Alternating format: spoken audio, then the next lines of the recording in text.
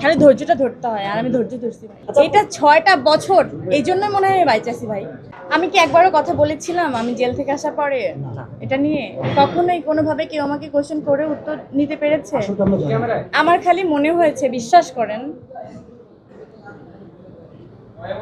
আমার শুধু মনে হয়েছে সত্য একদিন হয় না যে ব্লাস্ট করে না, এরকম আপনি যত চাপা দিয়ে রাখেন কোনো না কোনোভাবে, যেমন কোনো ক্রাইমই পারফেক্ট না, আমার মনে হয় কোনো সত্য ওইভাবে চাপা দিয়ে রাখা যায় না। ওই একটা জিনিসের উপর বিশ্বাস করে কিন্তু 6 বছর পরে দেখেন কোনো ফোর্স নেই, আমি জিজ্ঞেস করিনি বা কেউ বন্দুক তাক করে তাকে জিজ্ঞেস করেনি।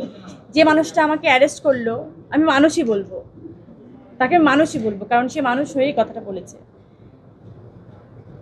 মানে অ্যারেস্ট করা কি, মানে তখন তো অ্যারেস্টের কোনো মানে কি বলে, না না না অ্যারেস্টের কোনো কি জানি বলে, পারমিশন, ওয়ারেন্ট ওয়ারেন্ট, হ্যাঁ ওই অ্যারেস্ট, মানে ওই ওই পারমিশনটাও ছিল না, বা আমার বাসা সার্চ করারও কোনো পারমিশন তাদের কাছে ছিল না।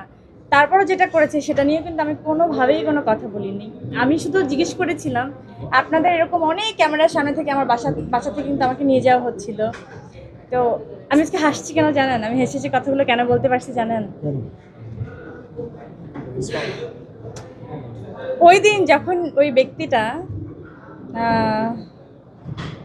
পুরো ঘটনাটা কিন্তু একদম, সে কত মিনিটে, অনেক লং টাইম ধরে কিন্তু বলছিল শুরু থেকে শেষ পর্যন্ত, উনি সে বাসা যাচ্ছে কি করতেছে, তারপরে মাঝখান থেকে তাকে বলা হয়েছে যে তুমি ওর বাসায় যাও, ওনাকে নিয়ে আস, মানে হয় না যে ওর মধ্যে তুমি ইনভলভ হও, প্রত্যেকটা বিষয় কিন্তু সে একদম পয়েন্ট বাই পয়েন্ট যখন বলেছে, তার আমি বলছি ভাই কী দরকার ছিল এত কিছু বলার? জানেন এটা কেন দরকার ছিল? কারণ আমি সত্যি ছিলাম।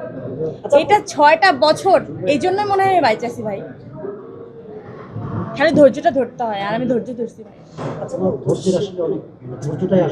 সত্যি আমি অনেক ধৈর্যশীল।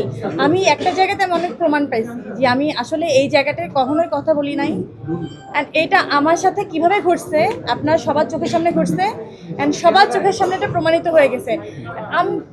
আমি যে কি পরিমাণ হ্যাপি, কি পরিমাণ আমার মনে হয়েছে যে আমার 2টা পাখা হয়েছে, আমি অনেক রিলিফ হয়ে গেছি। আমার মনে হয় গাত থেকে সমস্ত বোঝা নেমে গেছে। আমার গুজবাম্প হচ্ছে। আপনারা বুঝবেন না, যদি আপনার সাথে হয়ে যায় তাহলে আপনি বুঝবেন যে কি হচ্ছিল আপনার সাথে।